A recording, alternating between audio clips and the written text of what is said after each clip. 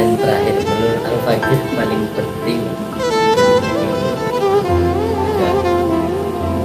apa yang mau ditanyakan oleh Muslim dengan pemahaman kurs iman itu apakah benar atau salah. Tapi Al-Fakir yakin salah. Apa? Anak kan udah bilang sebenarnya waktu ada ceramah di alun-alun Bekasi itu, anak udah bilang auman singa terlalu mahal untuk meladeni gongongan-gongongan para anjing. Jangankan satu iman, andaikan semua manusia selain habaib, sayyid dan syarif itu semuanya kayak imat yang membatalkan nasab ba'alawi, ya. Atau begini aja lah, jangankan satu imat, 1 juta imat tetap tidak akan pernah bisa meruntuhkan nasab ba'alawi. Kenapa? Karena nasab ba'alawi dibangun dengan fondasi keimanan, fondasi ketakwaan, fondasi ibadah, zuhud, qanaah, wara', khauf, khasyah, ikhtiyar, kehati-hatian. Jangan 1 juta, jangan 1 iman, 1 juta iman tidak akan meruntuhkan nasab ba'alawi. Bahkan semakin mereka begitu, semakin terlihat kegoblokan mereka, dan habaib bagaikan gahru yang dimana ketika dibakar mereka akan semakin wangi. Kita pikir ngaruh, nggak ada ngaruhnya. Tetap anak ceramah yang hadir ribuan orang, nggak berkurang, malah lebih banyak. Ya. Jadi kalau ente mau berita, jalankan 1 imat, 1 juta imat, nasab ba'alawi tidak akan pernah runtuh. Nggak bisa.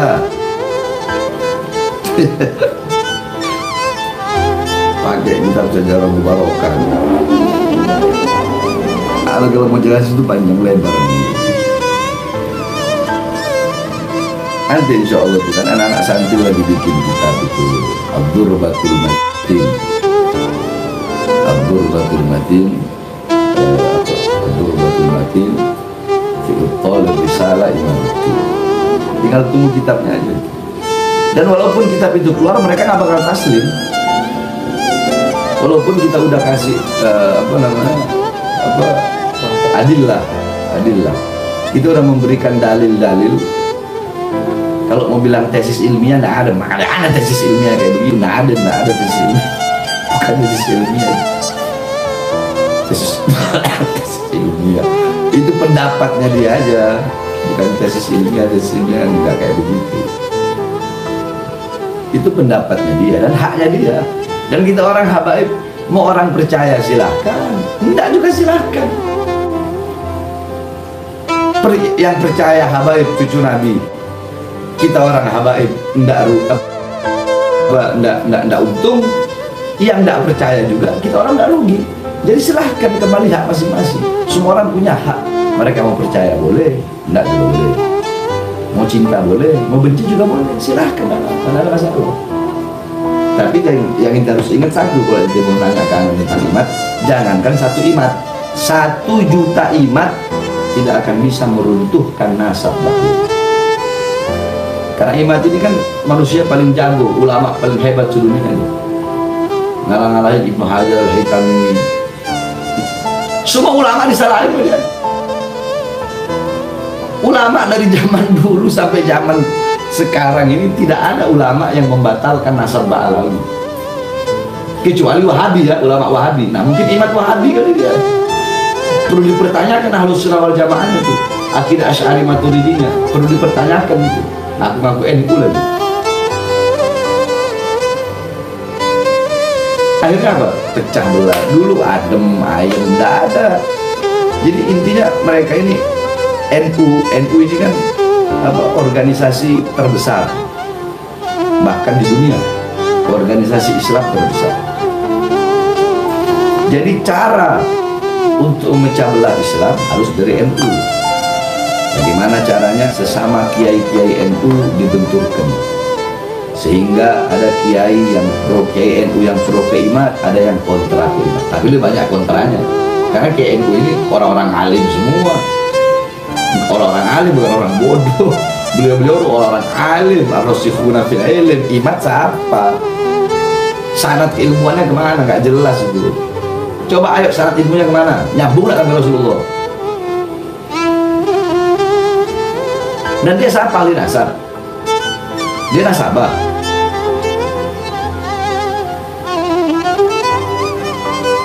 Semua disalahin sama dia. Cuma dia paling benar. Bahkan dalam konun asasi NU itu, dalam konun asasinya NU, kan berkali-kali udah bilang, dalam konun asasinya NU, di situ Hadratus Syekh Hasyim Asy'ari meletakkan syair daripada Habib Ahmad bin Abdullah Segaf. Nah terus kalau Kiai Haji Hasyim Asy'ari meletakkan di dalam konun asasi merupakan asas NU, ya, asasnya NU ini, Hadratus Syekh Hasyim Asy'ari meletakkan syairnya Habib Ahmad bin Abdullah Segaf. Emang Hadratus Syekh Asy'ari ini kalau memang beliau itu menafikan, nggak bakal ditaruh di situ di kolom asasi. Kayak Syekhona Khalil Bangkalan, kayak Abdul Hamid Pasuruan, kayak Sepuh, para pendiri NU, kayak As'ad Samsul Arifin, kayak As'ad, terus kayak Samsul Arifin, sekarang Rakholil di Sukorejo, almarhum kayak Fawaid. Ini beliau-beliau semua nih dekat dengan habaib, cinta dengan habaib. Kalau memang beliau-beliau ini menafikan nasab habaib, harusnya dari dulu. Nah Imat tetap dia kekeh, walaupun ulama satu dunia ini tidak ada yang menafikan, hanya dia saja yang menafikan dan membatalkan. Nah dia berani menyalahkan semuanya. Susah, nggak bisa. Sembuhnya kapan? Mati. Ah, itu baru bisa sembuh. Sebab kenapa? Kan pernah itu ketika dia ditanya, apakah ada istilah dan gelar Habib dalam Islam? Tidak ada. Tidak ada. Tidak ada gelar istilah Habib dalam Islam, itu tidak ada.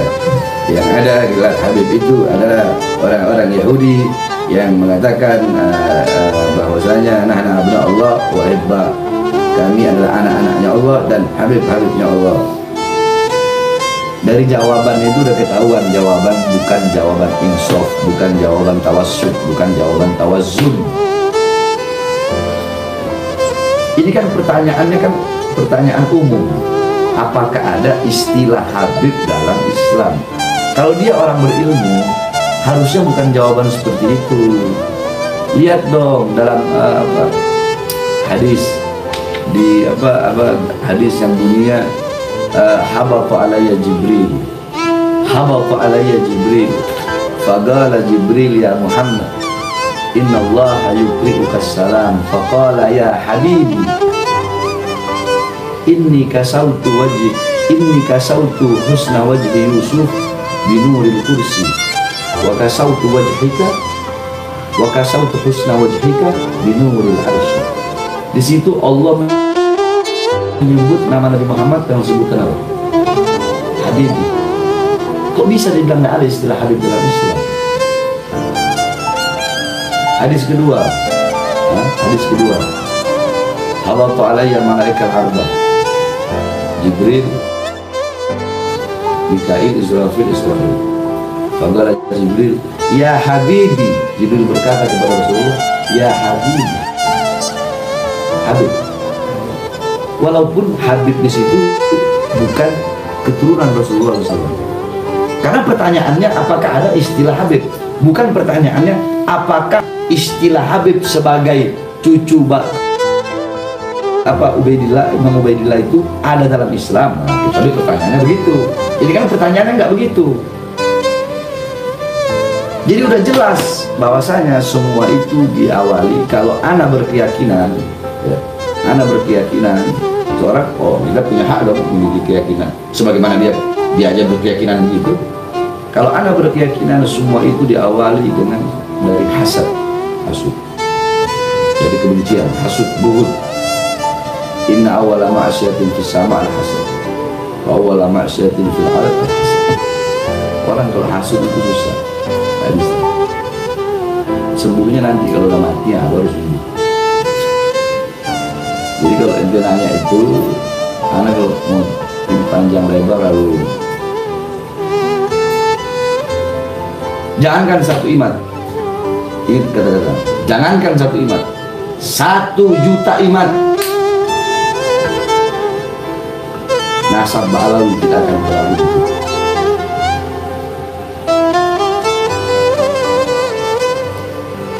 Karena nasab kami terjaga dari zaman ke zaman ke zaman ke zaman ke zaman ke zaman sampai Rasulullah SAW. Dan pemahamannya dia ini, nah kan jadi panjangnya jadi setengah. Jadi orang begini loh, kalau punya pemahaman itu coba pemahaman yang benar dulu. Dia bilang Habib itu bukan cucu Nabi, tapi kalau Sayyid dan Syarif cucu Nabi. Oke lah, anggap aja itu benar.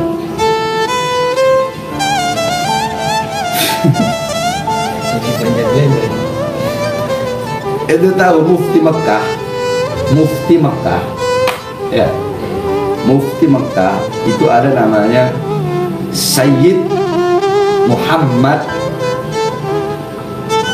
bin Husain Al-Habsyi. Mufti Mekah, Sayyid Muhammad bin Husain Al-Habsyi. Beliau menjadi Mufti Mekah setelah Sayyid Ahmad Zaini Dahlan. Sebelum Sayyid Ahmad Zaini Dahlan, abah beliau Sayyid Husain bin Muhammad Al-Habsyi. Jadi Sayyid Husain bin Muhammad Al-Habsyi itu Mufti Mekah. Sayyid Ahmad Zaini Dahlan Mufti Mekah. Sayyid Muhammad bin Husain Al-Habsyi itu Mufti Mekah. Sayyid Alwi Jamalulail Mufti Mekah.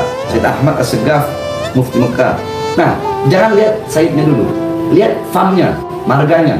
Al-Habsyi, Jamalulail, Segaf, iya kan? Nah, ini fam marga ini dari jalur mana? Imam siapa? Imam Ubaidillah bin Ahmad Al-Muhajir. Tapi di sana dipanggilnya Sayyid. Paham itu? Jadi itu uruf tergantung daerahnya. Sama seperti di Pontianak. Di Pontianak itu Sultan Syarif Abdurrahman Al-Gadri, Sultan Syarif Hamid Al-Gadri. Syarif, bukan Habib. Al-Gadri pecahan dari Jamalulail. Pecahan Jamalulail itu Al-Asyiri, Al-Gadri, Baharun. Jamalulail jalurnya kemana? Ke Imam Ubaidillah bin Ahmad bin Isa. Tapi dipanggilnya apa? Syarif. Kesultanan Siak. Mana udah pergi ke sana. Sultan Syarif Qasim. Itu famnya Syihabuddin As-Segaf. Kakeknya Sayyid Ali Syihabuddin. Kemarinya karena beliau nikah dengan anak raja kan. Nah, jadi otomatis punya anak itu Sayyid.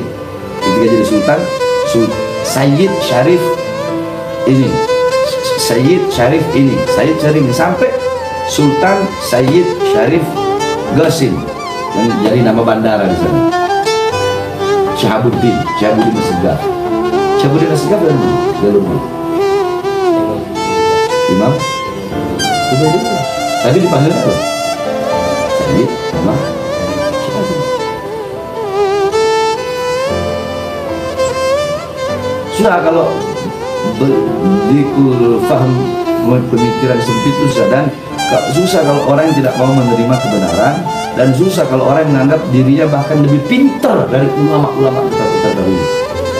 Dengan pendapat yang seperti itu, otomatis dia merasa dirinya lebih pintar, lebih alim, lebih mengetahui daripada Hadratus Syekh Hasyim Asy'ari, Kiai Abdul Hamid Pasuruan, Kiai Hasan Genggong, Kiai As'ad, Kiai Samsul Arifin, Gus Baha, Gus Kausar, yang jelas-jelas kealimannya, Buya Yahya. Sampai lihat buka ceramah YouTube Kiai Haji Agil Sirot ketika menyampaikan nasab Wali Songo, nyambungnya kemana? Ke Sayyidina Alwi Amul Faqih, satu jalur sama anak bin Semit, Al-Haddad, Wali Songo, itu kan dari Amul Faqih. Amul Faqih jalurnya kemana? Tetap ke Sayyidina Ubaidillah bin Ahmad Al-Muhajir. Malah dibengkokin sekarang karena dia dia tahu. Karena apa? Karena dia tahu kalau Wali Songo tidak dibengkokin ke Musa Al-Kazim, otomatis ketika dia membatalkan nasab Ba'alawi, nasab Wali Songo juga pasti batal. Makanya dibengkokin. Nasab Wali Songo dibengkokin ke Musa Al-Kazim. Padahal di manuskrip yang ada di keraton-keraton, ya, yang masih terjaga, itu contoh Cirebon, Kesultanan Cirebon, Keraton Cirebon, itu nasab Wali Songo nyambungnya kemana? Jalur Cenobedillah. Jadi susah. Jadi intinya si Imad ini dia mujaddidul Islam. Pembaharu Islam, pembaharu yang merasa dirinya lebih hebat dari Imam Ibnu Hajar Al-Haytami, lebih hebat dari Syekh Yusuf An-Nabhani. Makanya orang kayak begitu anak ngakak, anak nggak, kenapa? Dulu anak sering ini, tapi sekarang udah enggak. Kenapa? Anak baru sadar, ya Allah, ternyata anjing-anjing ini terlalu mahal manusia untuk membalas omongan anjing. Mereka mau bilang, oh Habib Bahar sombong ngomong itu, nggak apa-apa. Terus dia nggak sombong, ngerasa dirinya lebih alim dari ulama-ulama terdahulu. Semuanya dilawan, dibantah sama dia. Apa ini? Jadi dia mau nanya itu, jawabannya satu. Jangankan satu Imad, 1 juta Imad, atau semua manusia di dunia ini kayak Imad, tetap nasab Ba'alawi tidak akan pernah runtuh. Itu jawabannya. Terserah yang mau percaya boleh, enggak juga boleh. Jadi kita tidak membatasi, tidak harus kita harus ikutan, enggak, kita harus yakin dengan Habib, enggak apa-apa. Kita mau yakin Habaib itu ada atau tidak, silahkan. Yang mau ngikut Imad, silahkan.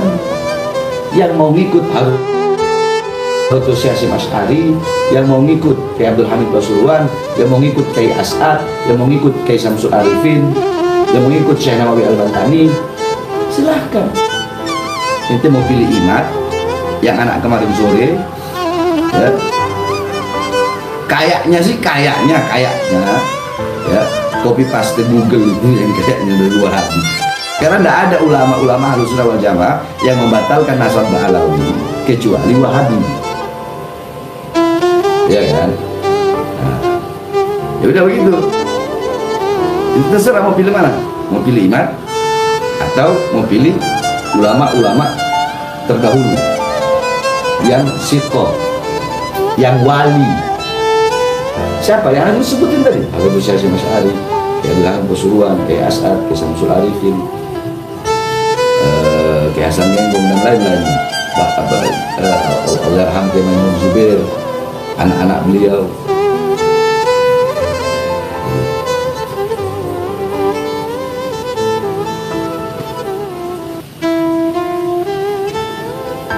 Terus mereka bilang, oh Habib itu membanggakan nasab begini-begini. Habib Bahar bilang dalam tubuh saya mengalir darah Rasulullah. Ana bilang dalam tubuh saya mengalir darah Rasulullah.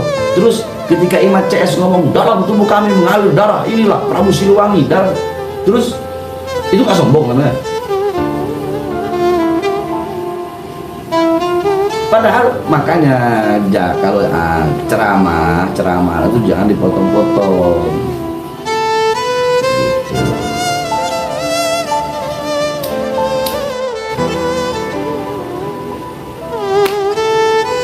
Terus mentoknya tes DNA.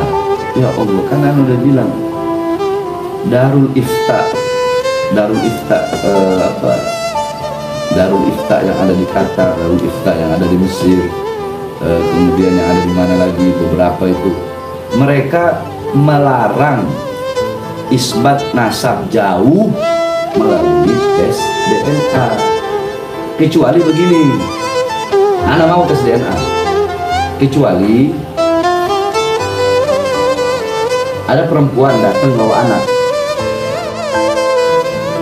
Bahar, ini anaknya Habib. Lah, anaknya nggak pernah kawin sama dia. Terus tiba-tiba dia bawa anak, ngakunya anak-anak. Ya anak harus tes DNA lah. Dan itu anak juga tes DNA. Nyambung nggak DNA-nya sama anak?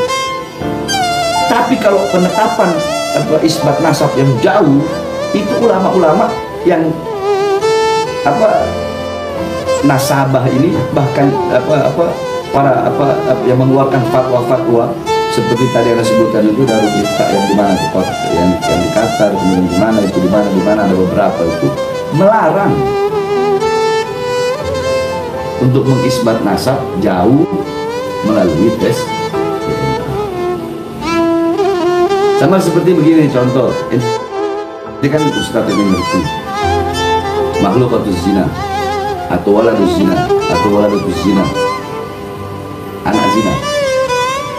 Ya, ente ngambilin perempuan, ya, itu perempuan hamil sampai dia bunting, dia ngelahirin anak, itu tes DNA. Tes DNA-nya nyambung, itu anak-anak itu. Tapi kalau dalam syariat nasabnya nyambungin itu enggak kan? Enggak kan? Dari situ aja udah. Cuma susah ngomong sama orang yang hasad, ya, ngomong sama orang yang hasad, yang didasari dari hasud, bukan untuk mencari kebenaran, itu susah, nggak bakal taslim. Ana yakin dia tidak bakal taslim sampai dia mati, dia nggak bakal taslim. Makanya kita doa aja agar dapat hidayah.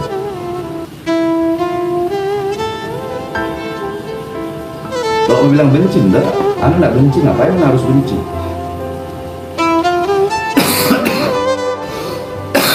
Ngapain Anda harus benci? Anda nggak benci. Setiap orang punya hak untuk berpendapat. Cuma ya pendapatnya kayak malah diketawain sama ulama-ulama yang benar-benar sama. Makanya Rabi'ah Alawiyah lebih memilih diem. Ya karena kayak begitu dibilang tesis ilmunya apa. Bahkan ya seperti tadi dia ngerasa diri udah paling alim udah. Kalau orang udah begitu gimana? Obatnya mati. Kematian adalah obatnya. Ya bagaimana dia merasa diri lebih alim? Al-Imam Ibnu Hajar Al-Haytami disalahkan, nggak kepake sama dia. Jadi suka Nabhani. Bahkan pendiri NU Hazrat Syekh Masyari meletakkan konun asasi Ahmad bin Abdullah Segaf. Bagaimana Kiai Abdul Hamid Pasuruan cintanya sama Habaib yang luar biasa. Bagaimana Mbah Abdul Karim Lirboyo. Syekhona Khalil Bangkalan pernah nulis memberikan ijazah rotib hadda kepada Mbah Abdul Karim. Kalau tidak salah sampai sekarang masih disimpan itu. Jadi kalau imtihan atau kalau mau utlah itu ada imtihan di Lirboyo itu kan ada maksudnya asar. Asar yakni bakiat bersih, sisa dari sesuatu. Asar kayak bajunya dia apa. Di situ juga ditaruh suratnya Syekhona Khalil kepada Mbah Abdul Karim menijazahkan rotib. Sama mereka CS dibilang, oh rotib hadatin jiblak rotib Imam Ar-Rifai. Itu udah bisa. Ya, nggak bisa. Obatnya cuma satu, kematian. Kalau tidak kematian, Allah kasih hidayah.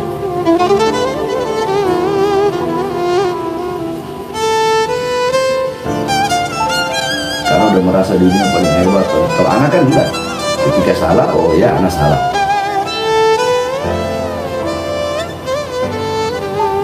Ketika anak salah, oh ya anak salah.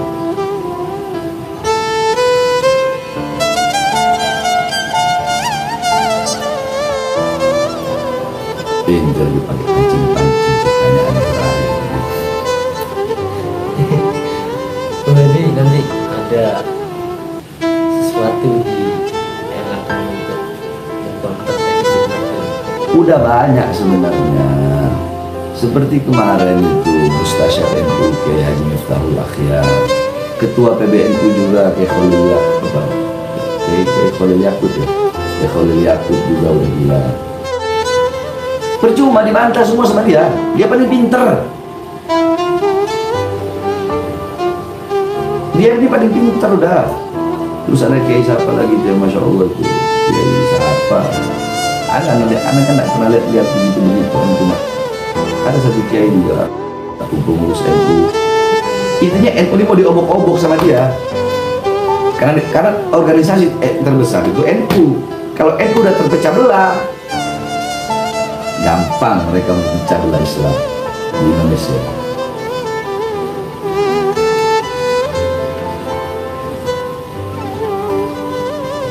Dan ana menduga itu telah mereka ada dalang di balik mereka, dan itu telah mereka lakukan, itu telah mereka rancang ya. Ana duga mereka telah rancang itu udah beberapa lama tuh, udah mereka rancang. Oh ini organisasi besar ini NU. Sedangkan NU dari zaman dulu itu terkenal bahwasannya NU ini tidak, maksudnya NU ini tidak ada NU pernah membatalkan nasab habaib, itu tidak ada. Bahkan NU ini mengakui habaib, tidak usahlah kita bilang cinta.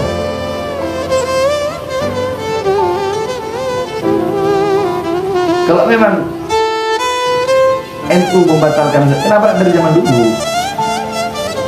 NU terkenal kiai NU bagaimana cintanya sama habaib. Bahkan begitu pun para habaib cinta kepada kiai NU. Iya kan? Nah sekarang ini mau jadi mereka yang bikin rusak Indonesia itu mereka. NU mau diobok-obok, dipecah-pecah. Ada yang pro ke dia, ada yang enggak, yang kontra.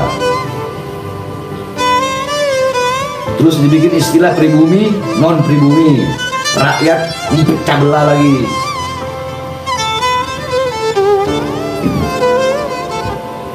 Pecah belah Islam.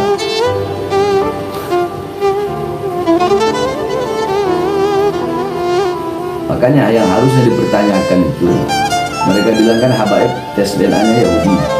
Nah, yang harus dipertanyakan itu siapa yang Yahudi? Walan tardu ankal yahud walan nasara hatta tattabi'a millatahum. Gimana caranya Yahudi ini untuk mecah belah umat Islam? Gimana caranya Yahudi ini untuk mecah belah ulama, kiai sama habaib, dipecah belah? Dari dulu tidak ada begini. Semenjak ada al-alim, al-allama, al-mukarram, al-mujaddidul Islam, al-imam, al-bantani,